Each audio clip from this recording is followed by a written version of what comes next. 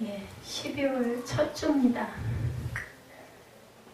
1년이 다 갔어요. 그죠? 할렐루야 샬롬하고 우리 함께 서로 축복하는 인사합니다. 할렐루야 샬롬 샬롬 샬롬 샬롬 샬롬 샬롬 샬롬. 하나님 사랑합니다. 여러분 주 안에서 사랑합니다. 사무엘은 여전히 다른 짓을 하느라고 목사님하고 인사를 못하네요. 뒤로 갔으면 바로 앞으로 돌아와야지. 그렇게 뒤로 고개를 제끼고 그렇게 장난질을 하면은 인사를 못하지. 이제 사람이 가장 해결할 수 없는 일, 사람의 힘으로 절대 해결할 수 없는 일 잘 아시죠? 죽음입니다. 오늘 나사로야 나오너라 이 장면, 그죠? 죽음을 해결할 수 없고, 내용을 읽다 보니까 우리 뭐 늘 읽기도 하지만 오늘 새삼 또 다시 읽다 보니까 예수께서 마음에 아픔이 있어가지고 눈물을 흘리시는 부분이 나타나죠. 35절에 보니까 이렇게 나타납니다. 주님께서 우리를 사랑하신다면 왜 그런 상황이 되도록 내버려 두셨을까? 36, 7절에 우리 본문 찾았을 때는 함께 읽어주시면 제가 조금 좀 낫습니다.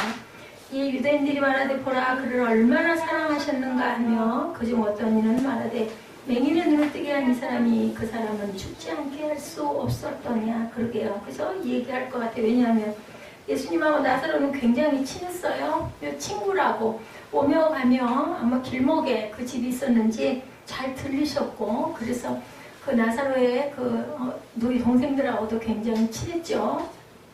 마르다와 마리아. 그렇죠?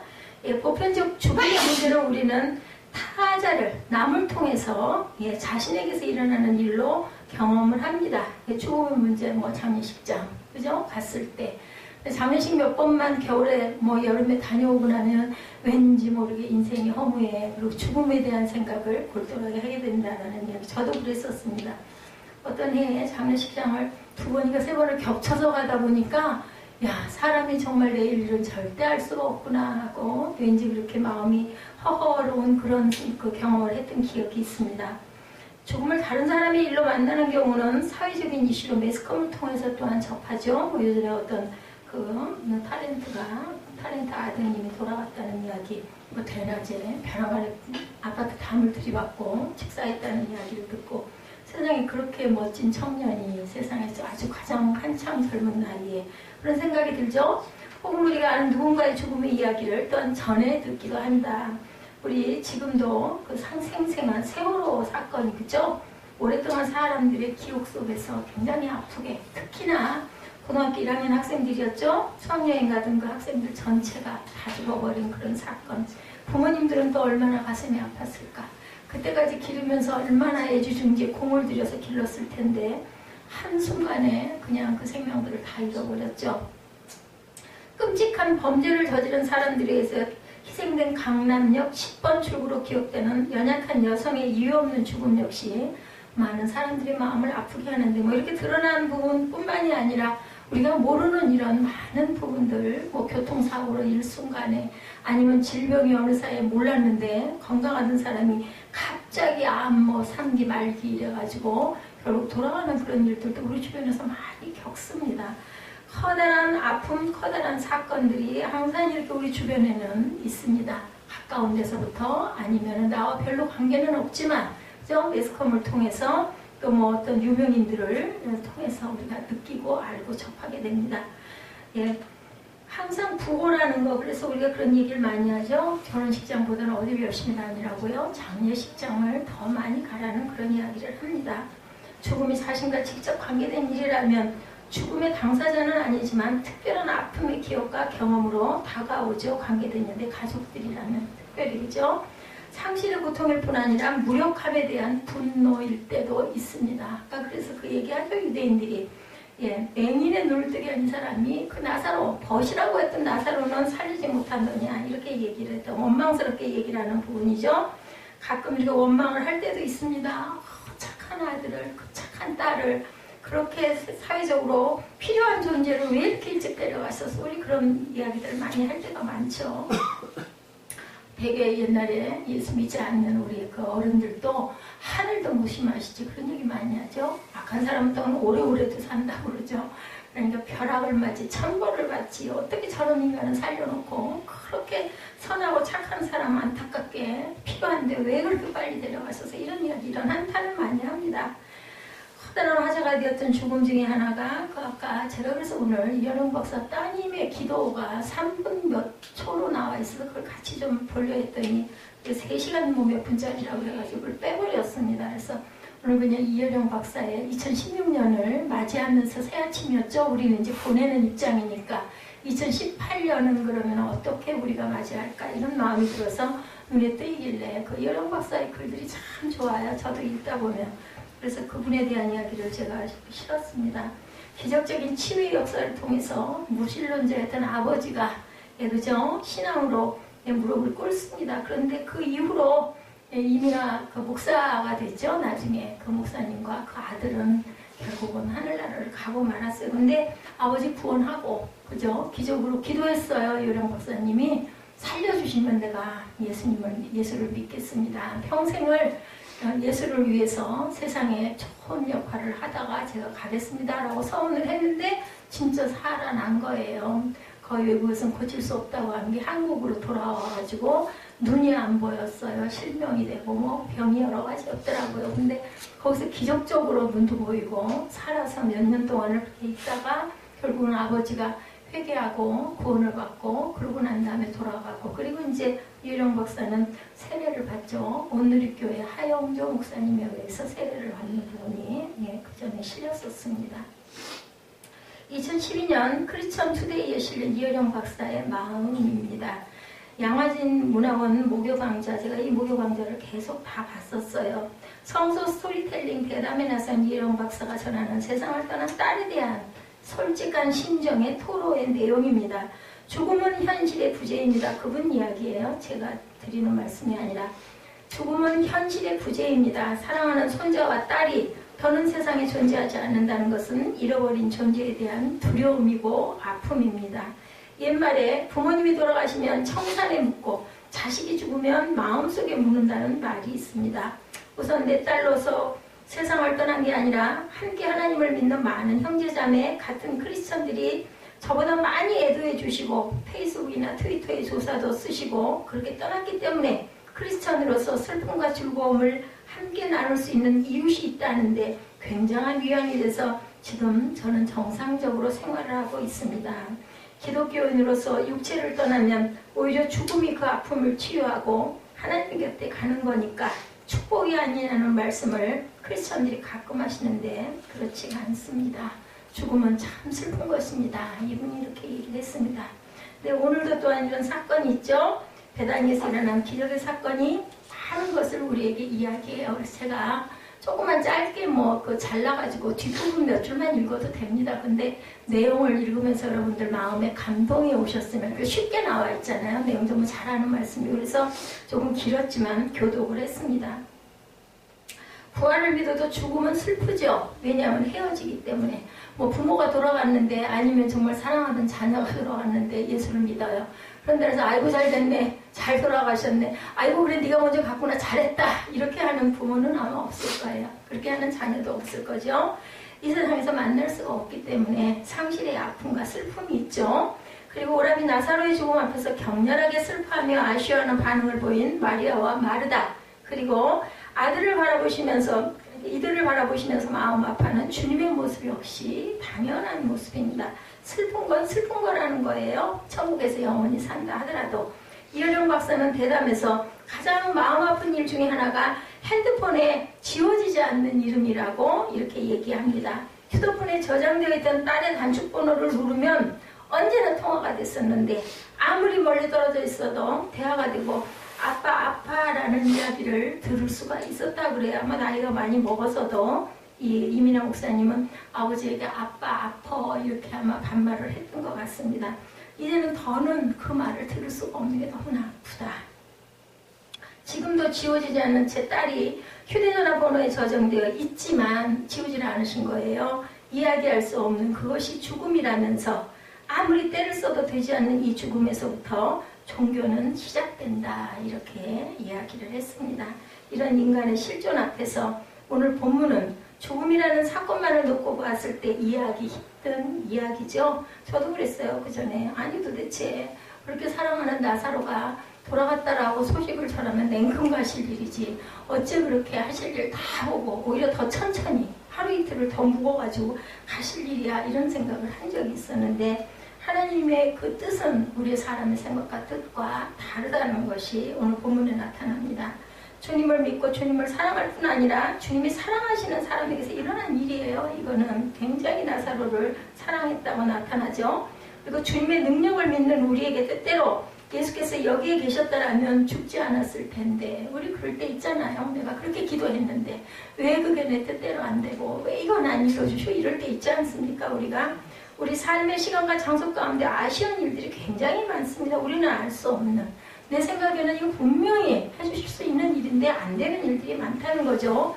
우리가 주님을 믿지 않는 것은 아닌데 주께서 우리가 원하는 시간과 장소에 계시지 않는 것 때문에 안타까울 때가 많다.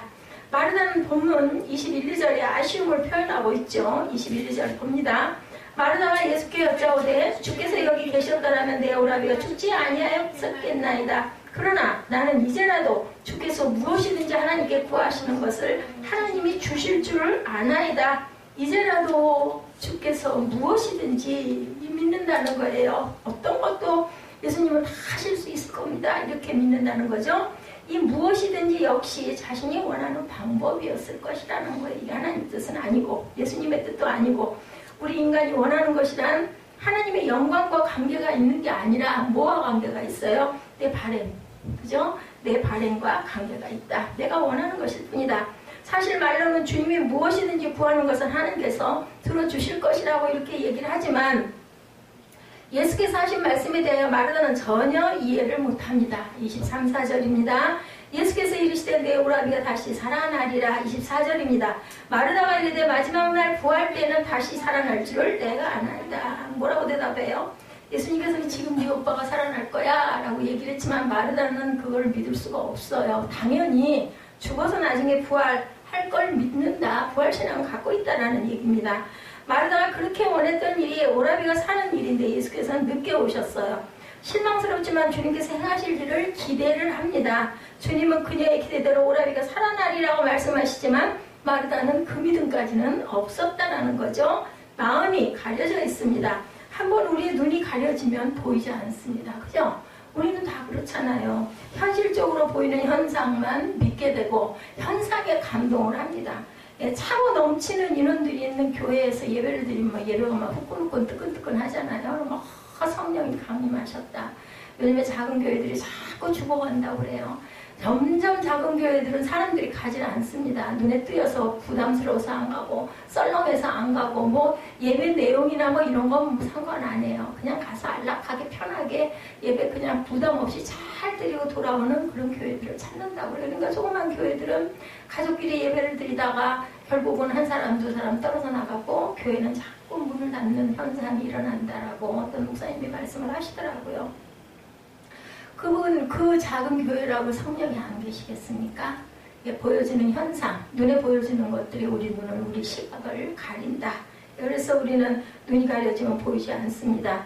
우리 인생의 문제는 언제부터인가 나의 시간과 장소를 넘어서는 하나님의 손길을 보지 못합니다. 말씀으로는 믿습니다 얘기를 하죠. 근데 내 유익에서 아니면 내 불편에 가까이 이게 다가 있는 것들은 그냥 그 현상대로 우리는 믿고 그냥 돌아서게 되는 거라는 거죠. 그 순간부터 관계의 단절은 일어납니다. 이제 예수님이 하시는 말씀과 마르다가 듣는 말이 달라지기 시작을 해요. 여기서부터 현실과 영광 사이에서 지금까지 말씀에서 보았던 것처럼 모든 기적에는 이유가 있었어요. 그죠? 38절, 39절, 40절 쭉 보면 이에 예수께서 다시 속으로 비통히 여기시며 무덤에 가시니 무덤이 굴이라 돌로 막았거늘 예수께서 이르시되 돌을 옮겨 놓으라 하시니 그 죽은 자의 누이 마르다가 이르되 주여 죽은 지가 나흘이 되었으며 벌써 냄새가 나나이다. 예수께서 이르시되 내 말이 내가 믿으면 하나님의 영광을 보리라 하지 아니하였느냐. 또다시 얘기를 해요. 돌을 옮겨 놓은 예수께서 눈을 들어 우러러보시고 이르시되 아버지여 내 말을 들으신 것을 감사하나이다. 우리 기도하고는 좀 다르죠. 이거 이루어 주시옵소서 기도가 아니라 내 말을 들어주신 것을 감사하는, 먼저 감사하는 거예요. 눈에 보이지 않지만 감사하는 이 믿음이 있어야 된다. 그래서 뭐라 그래요? 내 믿음대로 될지어다 라고 이야기를 합니다. 이번에 제가 그 예지를 통해서 그걸 깨달고 느꼈어요. 뭐 전에는 큰 관심이 없었고 날짜 며칠 앞두고 나서 뭐 그 원서를 뭐 넣느니 무슨 이야기가 뭐 그 다음 날로 면접을 보고 실기를 보고 그리고 그 다음 날로 발표를 한다고 한 주일 사이에 월화가 접수고 그 다음에 뭐 수요일 날 다시 실기 시험을 보고 그리고 나서 뭐 면접을 하고 발표가 금요일 날 한다 했던가요? 그 얘기를 듣는데 이제 그러고 관심을 기울이게 됐어요. 근데 마음에 굉장히 뭐랄까 감동이 일어나더라고요. 그리고 뭐가 보였냐면 예지가 참 열심이구나. 하나님의 감동이야. 하나님의 감동은 나는 눈으로 본 바가 없어요. 맨날 엄마한테 얘기 건너 어쩌다 들으면 맨날 잠만 자고 있고 연습도 하라고 해도 연습도 안 하고 말도 안 듣고 날짜가 코앞에 닥칠 때까지 저러고 있다는 소리밖에 나는 들은 게 없는데 알 수 없는 것은 뭐라고 증거할 수 없어요. 뭐 지나갔다 해서 이런 얘기를 들은 게 아니라 예지가 알 거예요. 아마 분명히 얘는 합격할 거다라는 그런 마음의 감동이 오더라고요. 왜냐하면 본인이 최선을 다했기 때문에 그리고 그걸 하고자 하는 마음이 있다라는 게 제게 전달이 됐어요. 제게 전달이 됐는데 하나님께 전달이 안 되겠느냐는 거죠. 그래서 저는 계속 그 얘기했습니다. 네가 네 실력으로 하지 말고 일단 하나님을 의지해라. 그리고 먼저 기도해라. 그리고 네 최선을 다해라. 그리고 떨지도 말고 쫄지도 말고 분명히 그렇게 카톡으로 제가 얘기를 했어요. 그냥 네 있는 그대로만 보여주면 너는 절대로 떨어지지 않고 붙을 것이다. 그거는 위로가 아니었어요. 어떻게 목사가 그냥 내가 위로하자고 그렇게 듣기 좋은 말을 하겠습니까? 그건 아니었어요. 그게 불과 며칠 동안에 한 일주일 정도, 한 열흘 정도 안에 일어난 감동이에요. 제 마음의 감동. 그리고 하나님께서 그 예지의 자란 환경, 그동안의 예배, 그걸 보셨다라는 거. 참 미울 때 많았어요. 우리 예지가 말을 안 듣고 예배 시간에도 자꾸 늦고 말을 해도 고개 쳐박고 앉아있고 대답도 잘 안 하고 우리 세빈 예배에도 와도 그냥 졸고 앉았고 그리고 절대 발표도 안 하고 얼마나 미웠는지 몰라. 근데 그 밉다고 하면 뭐 어쩌겠어요. 그죠? 우리 교회 형편도 다 아시죠? 그래서 무슨 생각이 제게 왔느냐 하면은 예지가 우리 꿈동이 예배 뭐랄까 초창기 멤버예요. 예지하고 사무엘이. 그죠? 아마 나이가 한 6살, 7살 때부터 예배를 우리 그 생명교회에서부터 드리기 시작을 했을 거예요. 사무엘이고 예지를 데리고 제가 밤마다 성경을 읽고 기도하고 아마 본인들을 굉장히 싫었을 수도 있을 거예요. 제가 그 얘기도 해줬어요. 그 어린 날의 그 모습을 보셨구나. 그래서 쟤는 분명히 하나님이 바른 길로 인도하실 거라는 감동이 왔어요. 이거는 제 감정에서 온 감동이 아니라 여러분들 하나님의 감동입니다. 하나님은 절대로 공짜가 없으세요. 제 얘기 자꾸 하잖아요. 제가 어렸을 때 제일 잘한 게 교회 찾아간 일이 제일 잘하고 왜냐면 그냥 좋았으니까 예지보다 더 어렸을 때 지금은 제가 있잖아요. 여러분들에겐. 근데 그때 저는 아무도 없었어요. 저 혼자였고 외동으로 자랐잖아요. 거의 6학년까지 제가 혼자 자라다가 동생을 그때 봤기 때문에 저는 그냥 외동딸처럼 자랐습니다. 주변에 누구도 나를 손잡아줄 사람이 아무도 없었는데 혼자서 그렇게 새벽이면 교회로 올라갔다니까요. 지금도 그 생각이 뚜렷합니다. 그 모습을 보신 거예요. 제가 뭐 기도를 너무너무 잘하고 대단하게 금식을 하고 막 찬양을 불을 붙여도 찬양을 하고 그걸 보신 게 아니라 꼬마 때 그 모습을 왜냐면 진짜 어떤 이해 타산 없잖아요. 그 순종과 그 모습을 보시고 저를 끝까지 놓지 않는 사람은 다 나를 놨는데 모두 다 저를 별 볼 일 없게 고개 돌리고 다 외면하는데 보신 분은 하나님은 정말 신실하시게 끝까지 자식을 버리지 않는 하나님 아버지의 마음. 뭐 제가 지금도 뭐 하는 일이 있습니까? 없지 않습니까? 그런데 하나님께서 보호하시지 않았더라면 저는 지금 뭘 하고 있을까요? 생각만 해도 기도하면 살 소망이 아마 없을 것 같아요. 제 지금 상황으로 봤을 때는. 그래서 예지는 분명히 하나님께서 그동안에 그 수고하고 애쓰고 그 마음 중심에 하나님을 의지하는 마음이 있기 때문에 그래서 제가 계속 그 얘기했죠. 네게 주신 그 시편 말씀을 외워 자꾸 써. 못 외우면 보고라도 자꾸 입술로 고백하고 써라. 네가 하려 하지 말고 하나님이 나를 이끄신다라고 믿고 의지하면 그것을 이루시는 분은 하나님이다. 근데 누구를 통해서 이루세요? 사람을 통해서 이루세요. 그냥 기적으로 하늘에서 뚝 떨어지는 건 아니에요. 내가 그걸 목표로 해서 내 최선을 다할 때, 그게 뭐 어느 정도의 점수도 그게 중요한 게 아니라 최선을 다할 때 하나님께서는 분명히 하나님의 영광을 드러내신다라는 것. 저는 앞길도 걱정하지 않습니다. 예지에 대한 부분은. 그래서 제가 그 얘기하죠. 지금 마음 같은 마음으로만 고등학교 3년을 그렇게 다녀라. 거리가 멀다 해도 그것도 하나님이 할 수 있게 해줄 거다라고 제가 얘기를 했습니다.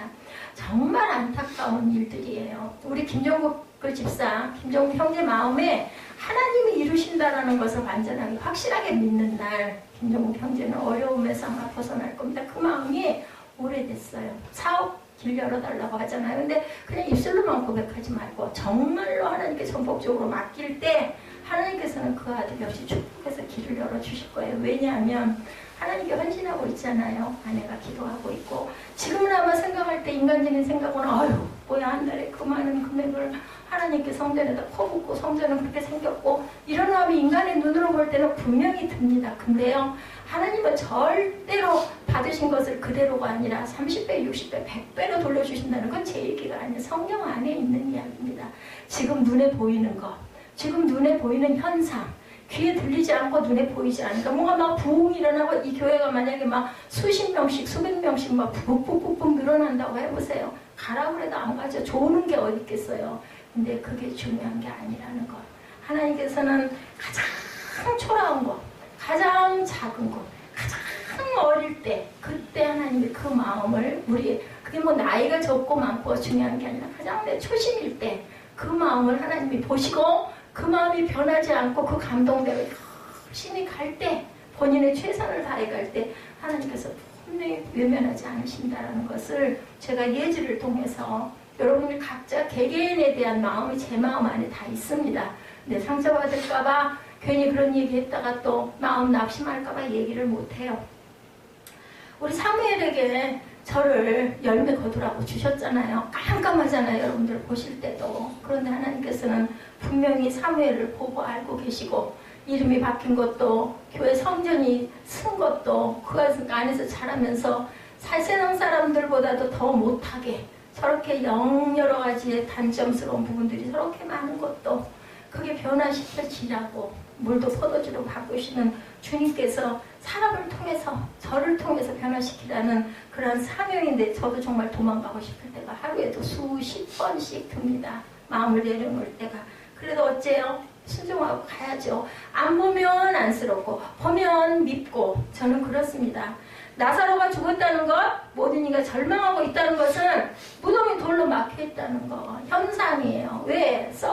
냄새가 나잖아요. 나흘씩. 그 더운 나라 아니에요. 죽은 지 나흘이나 됐으니 냄새가. 당연해요. 우리 사람의 눈으로는 그건 틀렸다는 얘기가 아니에요. 근데 하나님의 시선에는 시간이나 장소나 이런 거 아무 상관이 없다라는 거죠. 죽은 자도 마른 뼈도 에스겔 골짜기에서 다다다다닥 붙어서 군대로 일어나지 않습니까? 그게 실제로 일어날 수 있다는 것. 이제는 돌을 옮겨놓으라고 명령을 하십니다. 절망에서 소망의 문을 이제 여시겠다는 뜻이에요. 아까 돌 옮겨놓으라는 뜻은. 그러니까 순종해야 한다는 거죠. 돌 옮겨놓으라면 옮겨놓는 거예요. 아이고 저 속에서 송장이 나오는데 무슨 말도 안 되는 일이야. 그렇게 하면 말도 안 되는 일이 되고 만다라는 거. 말이 돼 하고 내 마음에서 믿으라는 거죠. 우리가 입술로 그냥 고백하는 거랑 우리 마음에 확실한 감동이 오는 건 굉장한 차이가 있습니다. 근데 어때요? 우리가 자꾸 입술로 고백해서 버릇처럼 자꾸 하다 보면 어떻게 됩니까? 실상이 바라 보여진다는. 그래서 우리는 아니 되더라도 일단은 포기하지 말고 입술로 고백하는 것부터 시작하시라는 얘기를 합니다. 죽은 지 나흘이 빛이 나서 냄새가 납니다. 그런데 그 냄새조차 문제가 되지 않는다는 거죠. 뭐라 그러세요? 내가 믿으면 영광을 볼 것이다. 이 믿음이 굉장히 중요하다라는 것. 그리고 예수께서 하나님께 감사 기도를 드리죠. 하나님께서는 늘 예수님의 기도를 들으시죠. 예수께서는 감사하는 이유는 기도를 들으셨기 때문이 아니라 그 기도를 들으심으로 지금 이 기적을 보는 사람들이 예수님을 믿게 될 것. 예수 믿는 것이 목표예요. 기적을 일으키는 가장 큰 이유는 여러 가지 기적을 많이 하시잖아요. 병자들도 치료해 주시기도 하고 물이 포도주로 변하기도 하고 오병이어의 기적을 일으키기도 하기도 하고 이런 그 많은 문둥병자를 고쳐주기도 이런 것들은 하나님을 믿으라고 하나님의 영광을 나타내는 것이 본인의 영광은 절대 아니었다는 지금 우리 많은 교회들에서 일어나는 기적이 지금도 있습니다. 무슨 치유사역도 하시고 있어요. 아주 없지 않습니다. 많지는 않지만 그런데 하나님의 영광을 드러내지는 않고 자꾸 사람의 영광을 드러내고 교회에 어떤 부를 자꾸 축적하려고 하는 부분이 잘못된 부분이에요. 그래서 하늘나라에 가면 내가 너를 모르노라 한다고 그러죠. 예, 저는 이렇게 많은 기적도 행하고요. 병자도 고쳤는데 어찌 모르십니까? 하니까 나는 너를 도무지 모른다고 성경이 기록되어 있습니다. 마음밭이 중요합니다. 부활의 기적이죠. 치유 기적. 인간이 말하는 것이 치유의 기적이라면 예수께서 보여주시는 것은 바로 부활의 기적이다. 우리 인간의 문제는 시간과 공간의 개념 속에서만 생각한다라는 거 그럴 수밖에 없잖아요. 현명하고 현실적으로 보면 틀린 말이 아닌데 그걸 뛰어넘을 줄 알고 초월할 줄 알아야 되고 그 뒤에 그 위에 계시는 하나님을 볼 줄 아는 눈과 귀가 있어야 된다라는 것. 마리아와 마르다가 안타까워하는 일들이 뭐였어요? 늦게 오셨잖아요. 안타깝죠. 저라도 그랬을 것 같아요. 예수님 이틀만 좀 일찍 오시죠. 사흘만 일찍 오시죠. 그게 그냥 너무너무 한스럽고 오빠가 죽었으니까 아니 죽기 전에만 오셨으면 분명히 살 텐데 이미 죽어버렸는데 냄새가 나는데 이건 어쩔 수가 없잖아. 시체인데 이제 여기까지인 거죠. 예수님은 그때 그곳에 계시지 않은 것이 안타까웠다. 그런데 이들의 안타까움이 무지한 거죠. 베다니에 살던 마리아와 그 자매 마리아가 예수님께 사람을 보내죠. 마리아와 그 자매 마리아가. 오라비 나사로가 아프다는 거죠. 그런데 예수께서 그 소식을 듣고 그곳에서 이틀을 유하시다가 그 소식을 듣고도 이틀 동안 더 계시다가 베다니에 오셨어요. 오시는데 또 하루가 걸렸어요. 그리고 성경은 이렇게 증거합니다. 17절입니다. 뒤에 난방 켜졌으면 좀 꺼주실래요? 제가 얼굴에서 불이 나네요. 예수께서 와서 보시니 나사로가 무덤에 있은지 이미 나으리라. 잘 계산을 하면 예수님이 거하시던 곳과 베다니는 하루길이고 요한복음 11장 6절에 보니까 계시던 곳에 이틀을 더 유하시고 라고 기록되어 있죠. 이틀을 유하시고 하루 걸려 오셨는데 죽은 지가 나흘이 됐다고 그러면 소식 들었을 때 이미 돌아간 거예요. 그죠? 사흘 걸려 왔는데 죽은 지 나흘 됐다면 하루 전에 그 전날 돌아갔다는 얘기가 계산이 그렇게 나옵니다. 예수께서 나사로가 아프다는 소식을 들었을 때 그는 이미 죽었고 시간에 쫓기거나 구애를 받지 않으시고 예수님은 어떻게 하셨어요? 본인의 시간표대로 묵묵히 그냥 움직였던 거죠. 예, 우리는 급하다고 안달을 하는데 무관심한 데 신경 쓰지 않으시는 주님의 모습 얼마나 원망스러워요. 나는 죽겠는데 그죠? 얼른 좀 어떻게 해주시지. 우리 이럴 때 많잖아요. 어떤 사건이 있을 때. 느긋한 주님의 시간표는 이미 의학적으로는 절망조차 지나간 시간대였었다. 이제 절망 가운데 모든 것을 포기한 사람들은 과거의 시간에 머무르고 있습니다.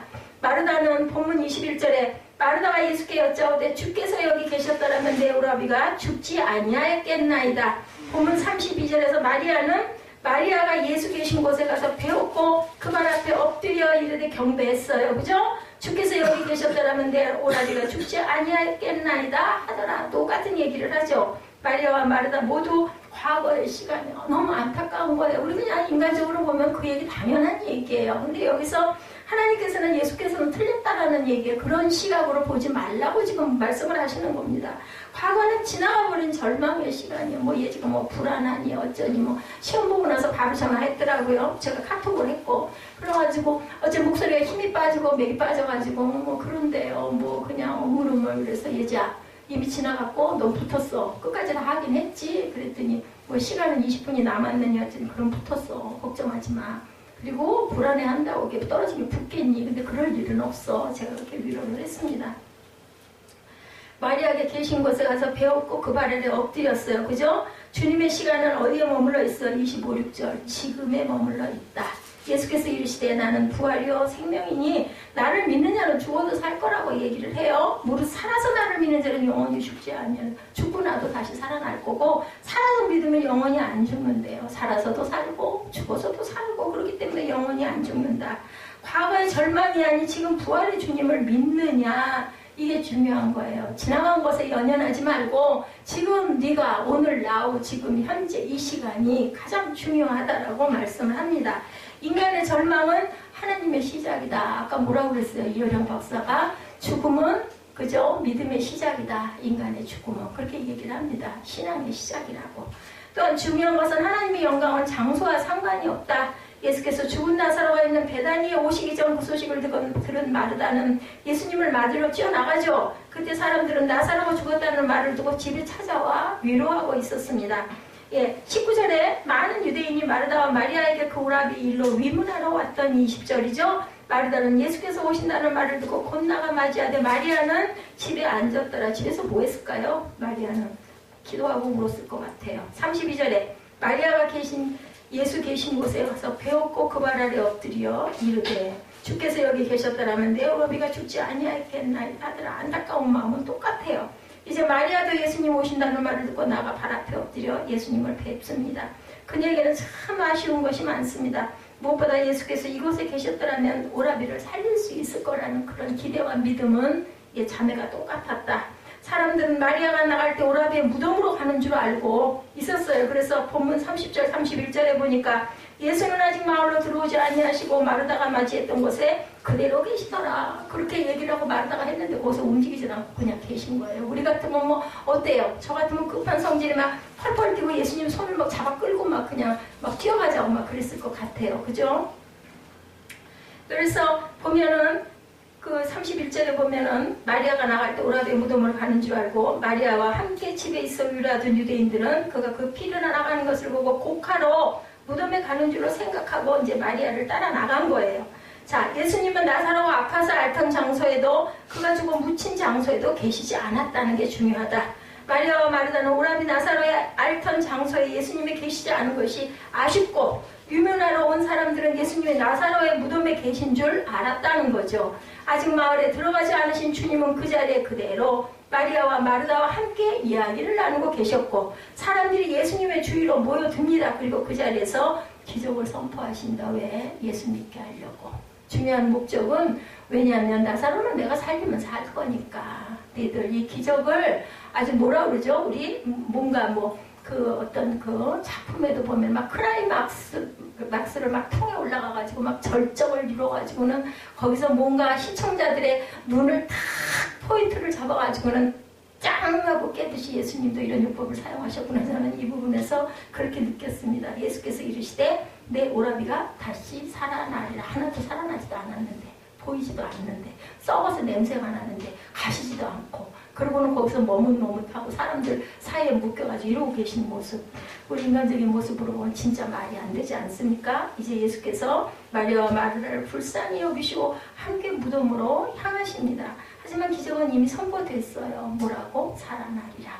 우리 뭐 여러 가지 기적들 요즘에 계속 신약에 대한 부분들 하고 있잖아요. 보면은 우리 9시 예배도 제가 계속 마가복음을 가고 있고 이렇게 가고 있습니다. 우리 주일 예배는 지금 신약을 전부 가고 있고 금요철야하고 그 수요 예배가 히브리서가 지금 가고 있는데 금요철야는 지금 구약 그리고 새벽 예배는 전부 구약으로 제가 뭐 구약을 모르게 알겠습니까? 구약 신학자도 아닌데 그렇기 때문에 더더군다나 구약을 자꾸 반복을 하고 있습니다. 예수님의 기적을 보면 장소와 시간이 그렇게 문제가 되지 않는다는 것. 백부장이 하인을 고지시던 때 여러분들 아시죠? 예수님의 기적을 일으키실 때 장소의 제한을 받으시는 분이 아니라는 것을 알게 되죠. 그리고 또한 백부장도 그러죠. 제가 모시지 못하겠나요? 어떻게 제가 감히 저희 집까지 가시자고 합니까? 그 자리에서 그냥 말씀만 하시옵소서. 이렇게 얘기하는 장면들을 여러분들 아실 겁니다. 하나님의 영광이 드러나는 것은 장소의 문제가 아니라 주님의 말씀이 선포되는 곳이 중요하다라는 것. 그죠?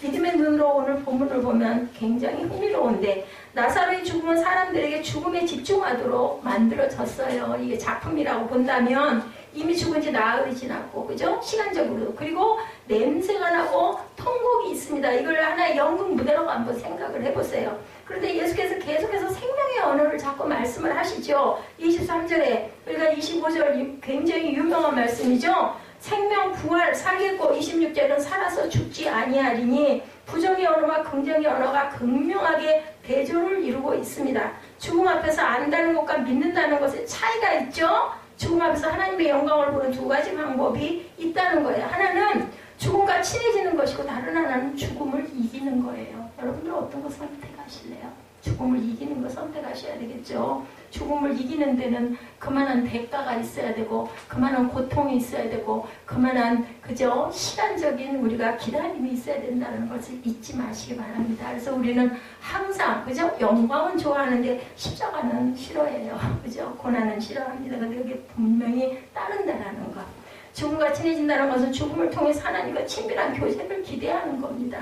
죽음을 이긴다는 것은 죽음의 사망 권세를 물리치신 주님과 함께 최후의 승리를 확신하는 겁니다. 그러니까 우리가 어떻게 하겠습니까? 죽음을 통과할 줄도 알아야 되고 죽음과 친해질 줄도 알아야 되고 사망 권세를 물리칠 줄도 아는 단계를 다 겪어야 된다. 마르다가 예수님을 믿지 않는 것은 아니죠. 가만히 보면 마리아와 마르다가 아는 것과 믿는 것 사이에 조금의 미묘한 차이가 있는데 두 여인이 분명히 아는 것이 있어요. 예수님과 사이에서 오간 대화를 유심히 보면 21절에 마르다가 예수께 여짜오되 주께서 여기 계셨더라면 내 오라비가 죽지 아니하였겠나이다. 22절에 그러나 나는 이제라도 주께서 무엇이든지 하나님께 구하시는 것을 하나님의 주실 줄 아나이다. 예수께서 이르시되 내 오라비가 살아나리라. 마르다가 이르되 마지막 날 부활 때는 다시 살아날 줄을 내가 아나이다.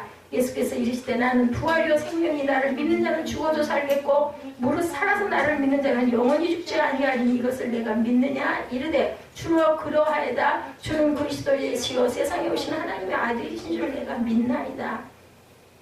계속해서 마르다는 안다라는 말을 사용하자 예수께서는 뭐라고 물어보세요? 믿느냐라고 물어보세요. 아는 것과 믿는 것은 차이가 있습니다. 아는 거는 다들 알아요. 성경 66권인 거 알고 마태, 마가, 누가, 요한 뭐 이렇게 쭉 가는 거 알고 말씀의 구절을 보면은 느끼기도 합니다. 근데 아는 것과 믿는 것은 여러분들 차이가 있다는 거 무슨 얘기인지 아마 아실 거예요. 그래서 마르다가 믿나이다라고 대답하지만 진정의 믿음의 고백은 아니다. 제가 아까 말씀드렸죠? 아는 거. 그리고 입술로 고백하는 거. 근데 내 마음에 진짜로 믿음이 들어오지 않으면 아직 아니라는 거예요. 그걸 저는 느낍니다. 그런 부분을. 아직 아니구나. 그러면서 한참 시간이 더 걸려야 될 것이라는 것을 압니다. 근데 그것도 과정이에요. 과정. 그죠? 이제 무덤 앞에서 오간 대화에 다시 집중해보면 39절에 예수께서 이르시되 돌을 옮겨 놓으라 하시니 그 죽은 자의 누이 마르다가 이르되 주여 죽은 지가 나흘이 되었으며 벌써 냄새가 나나이다. 예수께서 이르시되 내 말을 내가 믿으면 하나님의 영광을 보리라 하지 아니하였느냐. 마르다가 믿는다는 고백하는 믿음이 진정한 믿음이 아니었다라는 것을 예수님이 아셨다. 분명히 부활을 믿는다고 했는데 죽어서 냄새가 나는 것은 어쩔 수가 없다. 어떻게 냄새가 나는데 어때요? 그럼 내가 믿는 건 뭘까? 저와 여러분들도 한번 생각해 보세요. 내 믿음은 뭘까? 그죠? 내 믿음도 말로는 믿습니다 하면서도 속으로 설마 될까? 이럴 때가 굉장히 많습니다. 우리가 주님의 말씀을 많이 듣고 배우고 성경도 있는데 기적이 일어나지 않는 것은 우리 믿음이 부족하기 때문인가? 이런 생각할 때가 있습니다. 성경을 보면 예수께서 모든 환자와 죽은 자를 살립니다. 그리고 또한 다 살리지는 않아요. 보면 어떤 이들은. 그죠? 다 살리면 좋을 텐데 예수께서 누군가를 고치시기로 살리시기로 작정하셨을 때 기적이 일어났다는 것 여러분들 아시죠? 중요한 것은 내 소원을 믿는 것이 아니라 주님께서 행하시는 일을 믿어야 한다는 말씀이에요. 주님께서 행하시는 일을 믿어야 된다. 기적은 내가 원하는 일이 일어나는 것이 아니라 하나님께서 행하시기를 원하는 일이 일어나는 것. 기적이겠죠. 그러니까 근데 다 일어나면 그 기적이겠습니까? 오늘 암으로 고통 중에 있는 사람들 하나님께서 당신을 살리기 원하시면 분명히 살리신다. 왜냐하면 그 일을 통해서 하나님의 영광을 받으시기를 원하시기 때문에 제가 말씀드렸죠. 또 하나의 열매를 위해서. 왜 그게 기도 중에 벼랑간에 그 찬양이 왜 떠올랐고 그 가사가 왜 그렇게 궁금했을까요? 찬양의 가사를 들으면서 입으로 같이 부르면서 제가 그 부분을 느꼈습니다. 하나님께서 그 죽음을 통해서 영광을 받으실 것. 그죠? 그 전에 조용희 목사님과 오카노 목사님 사이에 오간 대화에 이런 이 얘기가 있었습니다. 오카노 목사님은 폐암으로 세상을 떠나시면서 하나님께 낫기를 구하지 않았다고 합니다. 조용희 목사님이 그게 굉장히 안타까웠던 거예요. 조 목사님은 본인의 믿음대로 파킨슨병을 고생할 때 기도하며 나음을 얻었어요. 하지만 오 목사님은 죽음의 순간까지 영광스러운 시간을 가졌어요. 두 분이 차이가 있습니다. 아주 대단한 고목들이죠. 두 분 다. 근데 한 분은 돌아가시고 한 분은 아직 안 돌아가셨습니다. 그분의 죽음이 실패라고 말하지 않는 이유는 죽음에 패배한 것이 아니라 죽음을 이긴 믿음의 영웅인 것을 우리가 깨닫고 느낀다. 그죠? 나 이거 고쳐주세요 소리 안 했다라는 거예요. 근데 조 목사님도 파킨병이 다 낫지 않으셨어요. 지금도 앓고 계시고 굉장히 어려움을 많이 당하십니다. 그래서 예배 강단에 쓰기 전에 주사 맞으시고 강단에 2시간 쓰시고 내려가시고 그전에는 뭐 2부부터 그죠? 뭐 7부, 6부까지 계속 하셨어요. 그러다 이제는 사부 하나를 그렇게 말씀을 증거하시는데도 이렇게 아주 어렵게 힘들게 말씀을 전하십니다. 문제는 우리에게 죽음을 이길 믿음도 죽음을 초월할 믿음도 없다는 것. 이길 것도 초월할 수 있는 믿음도 없다는 것. 부활과 생명은 우리가 아는 것이 아니라 여러분들 믿는 거라는 거. 아는 것과 믿는 것은 차이가 크다는 거. 아까 제가 오늘 아침에 집에 갔을 때 그 방송에 나오는 그 목사님 얘기 여러분에게 전해드렸죠. 다 알지만 성경을 너무 잘 알지만 실천하지 않고 변화되지 않는 것은 자기는 인정하지 않는다. 맞습니다. 그러기 위해서 우리는 정말 예수를 닮아가려고 매일매일 노력하고 삶이 예배가 되는 그러한 삶을 가지려고 우리가 애쓰지 않습니까? 안다는 지적인 동의는 우리의 마음을 흔들어 놓기는 하지만 믿는다는 확신은 우리를 붙잡아 준다라는 거. 마음의 갈등이 왜 없어요? 많이 있잖아요. 여러분들 있으십니다. 우리 마음은 자꾸 흔들려. 그리고 오죽하면 사람은 흔들리는 갈대라는 얘기가 있죠. 그런데 우리가 그 발을 떼지는 못합니다.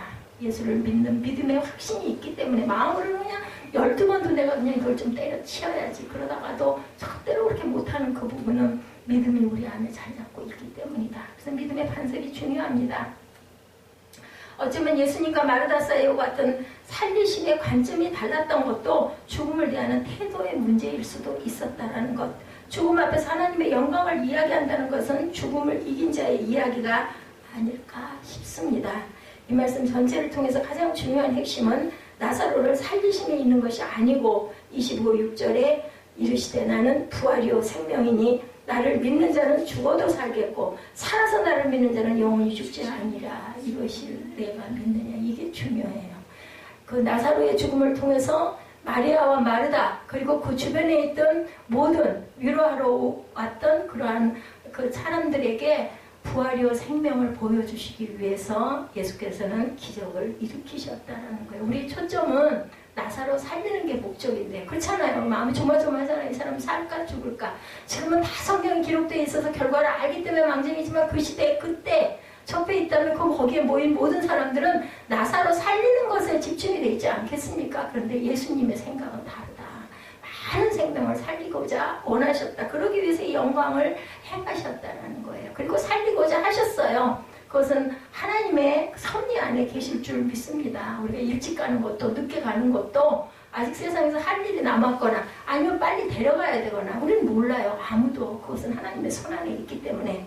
그런데 이 나사로를 살리신 일을 통해서 죽음을 이긴다는 것을 무엇인지를 보여주시겠다라는 말씀이죠. 이 세상에 존재하는 모든 유한한 인간들은 죽음을 맞이하게 됩니다. 아들을 믿는 것이 무엇인지 사람들이 알게 될 것이라는 거죠. 이것이 바로 하나님의 영광을 드러내는 것이었다. 죽음의 그늘이 드리워진 세상에서 두려움에 떨고 소망을 잃어버린 세대에게 희망을 주시겠다라는 거예요. 전체적인 메시지는 어둠 가운데 소망을 주시겠다라는 거죠. 누군가의 죽음 앞에서 돌문을 막고 절망하는 사람들에게 뭐라고 말해요? 절망에서 나오라고. 저도 여러분도 나사로야 하고 부르셔요. 한나야 부르십니다.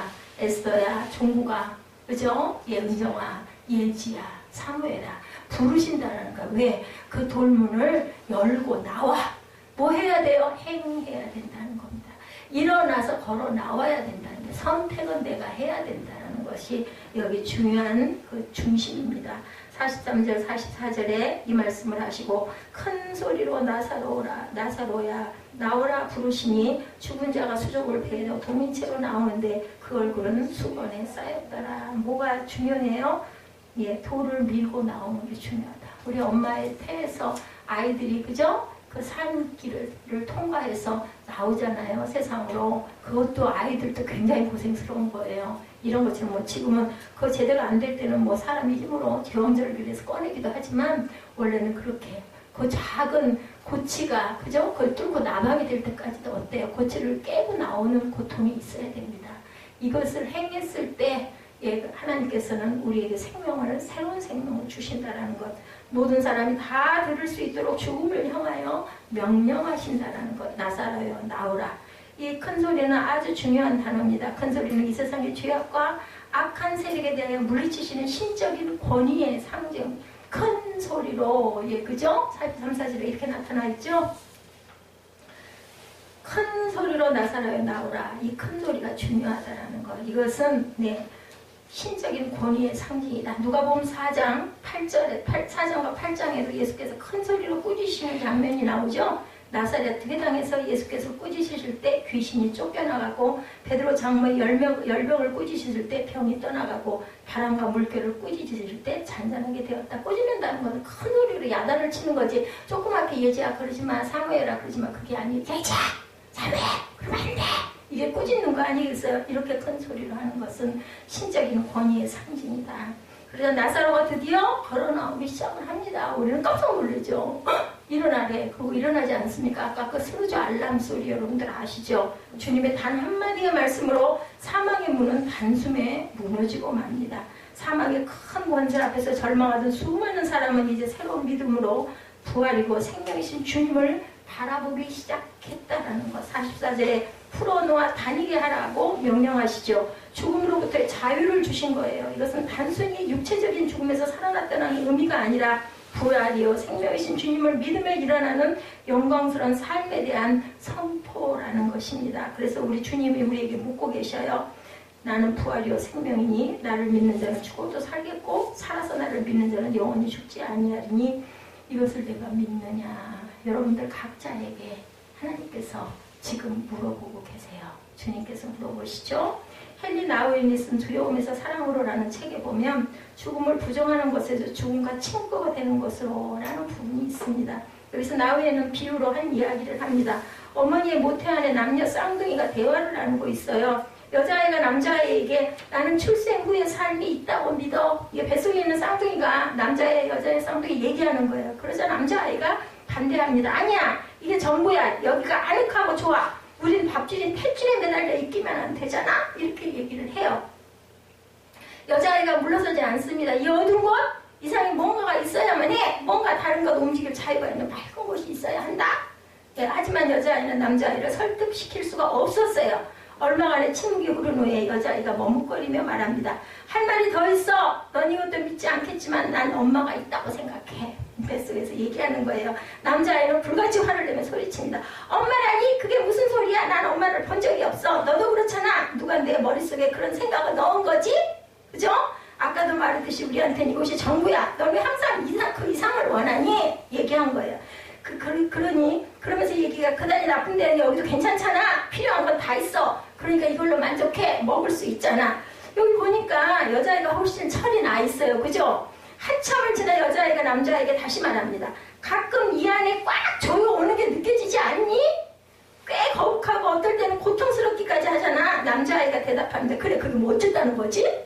그죠? 여자아이가 말합니다. 난 이 조여오는 것이 우리를 준비시키기 위해서라고 생각해. 여기보다 훨씬 아름다운 것, 우리 엄마의 얼굴을 볼 수 있는 곳으로 갈 수 있도록 말이야. 넌 가슴이 설레지도 않니? 이 이야기를 보면 많은 것이 생각나지 않습니까, 여러분들? 마치 어머니의 태속에서 나오면 모든 것이 끝난다라는 두려움으로 여긴다면 우린 이 생을 살아갈 삶이 굉장히 두려울 것이죠. 하지만 이 세상을 벗어나는 순간 경험하지 못하고 놀라운 세상과 자유, 하나님 아버지 얼굴을 볼 수 있다는 믿음이 있다면 이 어머니의 태속과 같은 세상이 그렇게 연연하지 않으리라는 것, 오히려 미래에 대한 기대감이 더 크지 않겠느냐는 겁니다. 준비되지 않은 죽음은 절망이지만 준비된 죽음은 영광과 소망입니다. 우리는 애써 다가오는 죽음을 생각하려고 하지 않지만 죽음이 언제라도 우리에게 찾아올 수 있다는 것을 우리가 알고 준비할 줄 알아야 되겠다. 독일의 신비주의자 야코프 베메가 이런 말을 했습니다. 죽기 전에 미리 죽지 않는 자는 죽을 때 망한다. 그래서 배추도 김치가 될 때까지 7번 죽는다고 그러지 않습니까? 준비해야 된다는 거죠. 죽음을 준비하고 우리는 갑니다. 인생을. 그죠? 죽음을 준비한다는 것은 뭘까? 살면서 죽음과 친해진다는 것입니다. 죽음으로 인해 우울해진다는 것이 아니라 죽음 앞에서도 우리가 사랑받는 존재인가 우리를 향한 예비하심을 확신하는 것. 아까 그 엄마 태 속에서 여자아이와 남자아이 쌍둥이가 얘기했듯이 깜깜한 속에서 남자아이는 뭐가 보여? 그래 봤다자 여기가 낫지. 태중만 물고 있으면 우리 다 먹을 수 있잖아. 여기도 따뜻하고 좋잖아. 아늑하잖아. 그죠? 여자아이는 나가보면 아마 우리 엄마 얼굴이 보일 거야. 이런 소망을 품을 줄 알아야 된다. 죽음을 우리가 받아들이지 못하는 이유 가운데 하나는 빠른 죽음으로 인해 우리가 해결하지 못한 문제 때문은 아닐까. 일찍 죽을까봐. 그죠? 모든 사람이 후회하는 것처럼 우리가 살아서 왜 더 많이 사랑하지 못했을까?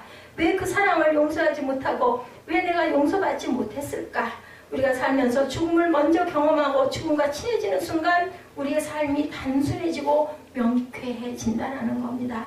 죄책감을 느끼며 살아오던 우리의 삶에서 평안함을 느끼게 된다.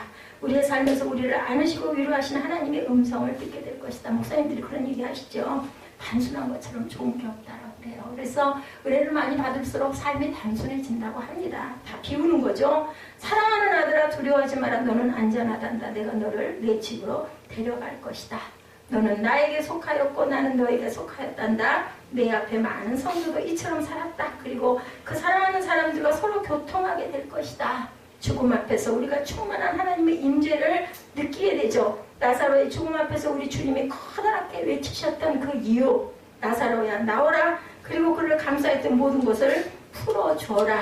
나사로를 사랑하셔서 죽음 가운데 있는 그를 불쌍히 여기시고 눈물을 흘리셨던 우리 주님이 우리를 사랑하신다는 것을 확신하는 거죠. 우리가 하나님께 사랑받는 자로 확신하고 살아갈 때 이 세상에서 삶이 영적으로 충만해집니다.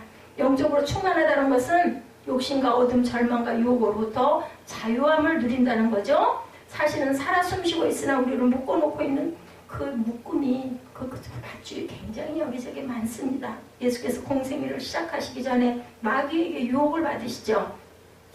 내가 하나님의 아들이라면 돌로 떡을 만들고 성전에서 뛰어내려보고 세상을 얻기 위해 마귀에게 절해라. 그렇게 얘기하죠. 근데 예수님은 하나님의 사랑을 확인하기 위해 그런 일을 절대로 실행할 필요가 없으셨습니다. 왜냐하면 이미 예수님은 하나님의 사랑을 받는 자로 부르심을 받았기 때문이고, 오늘 베다니에서 일어났던 기적의 핵심은 나사로를 사랑하셨던 주님의 눈물과 죽음을 향한 꾸짖음이 아니었을까. 눈물이라는 건 뭐예요? 사랑이죠. 그리고 우리에게 말씀하고 싶은 것은 내가 너를 사랑하기에 죽음 가운데 있는 것을 두려워하지 말라고. 썩어서 냄새가 난다는 것, 그런 건 문제가 되지 않는다는 것, 하나님의 영광을 보게 될 것이라는 것. 마태복음 18장 13절에 너희가 돌이켜 어린아이들과 같이 되지 아니하면 결단코 천국에 들어가지 못하리라고 하셨는데, 천국에 들어가기 위해 어린아이가 된다는 의미.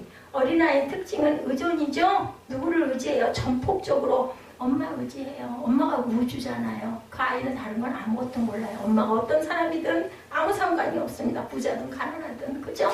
그리고 천국에 들어가는 자는 하나님을 의존하는 자, 오로지 그런 아이와 같은 자, 온전하게 내 힘으로 쓰려고 하는 게 아니라 나는 그냥 뭐 없어, 나는 죽었어, 하나님만이 다야, 이런 마음. 어린아이가 많은 사람의 도움이 필요하고 나이가 들어 늙어가면 또 많은 사람의 도움이 필요하듯이 그렇게 의존적인 삶을 살라는 거죠. 다른 사람들을 피곤하게 하라는 말이 아니라 주변에 있는 사람들이 우리를 얼마나 사랑하는지, 얼마나 소중한지를 깨닫고 살라는 것. 제가 예지한테도 그랬어요. 자존, 그죠? 나를 사랑하는 마음을 키워라. 그래야 네가 소중한 사람이 돼야 사람들에게도 사랑을 받는다라고 얘기를 했습니다. 하나님 없이 존재할 수 없는 절대 의존이야말로 우리를 영원한 생명으로 인도한다는 것. 나사로의 죽음 앞에 주님의 손길을 어디에서도 느낄 수 없었노라가 슬퍼하는 가족들에게 주님은 바로 여기서 기적을 행하십니다. 주님이 계시는 곳이 기적의 시작이고 어둠과 사망의 권세를 물리치시는 현장입니다. 1892년 낯선 한국 땅에 도착한 임노아 선교사 부부는 자녀가 없어 고민하였는데 입국 6년 만에 첫 아들이 태어납니다. 그러고도 8개월 뒤에 첫 아들이 하늘나라로 가버려요. 아들의 시신을 양화진 여러분들 아시죠? 선교사 묘지에 묻고 3년 뒤에 아픔이 아물어갈 때쯤 둘째 아이가 생겼어요. 1902년 3월 7일 드디어 둘째 아이가 태어났는데 하나님께서는 하루 만에 이 아들을 또 데려가십니다. 1년 뒤에 아이를 잃은 슬픔을 이기지 못하고 사랑하는 아내가 또한 세상을 떠나버립니다. 이 모든 일을 지켜보던 그 조선 사람들이 선교사에게 묻습니다. 당신이 전하는 예수가 누구예요? 이렇게 당신을 힘들게 하는 거요. 그러고도 남겠죠, 여러분들. 그들의 물음에 선교사가 대답 대신 찬송의 시를 지어 부르기 시작합니다. 예수님은 누구신가? 우는 자의 위로와 없는 자의 풍성이며 천한 자의 높음과 잡힌 자의 노임되고 우리 기쁨 대신에 이거 찬송가예요. 그죠? 참된 그리스도인의 권한을 원망의 대상이 아닌 감사의 노래로 변화시킨 사람들. 그죠? 사람은 어차피 유한합니다. 무한하지 않습니다. 이 선교사님 얼마나 기가 막히겠어요. 아들 둘 다 데려가. 아내까지 돌아가. 혼자 남아. 그러니 사람들이 주변에서 무슨 덕이 되겠어요? 무슨 본이 되겠어요? 당신의 하나님은 도대체 왜 그래? 했더니 이렇게 찬송가 가사를 지어서 불렀다라는 거죠. 우리 이 찬송가 한 장 부르시고 축도로 예배를 마치도록 하겠습니다.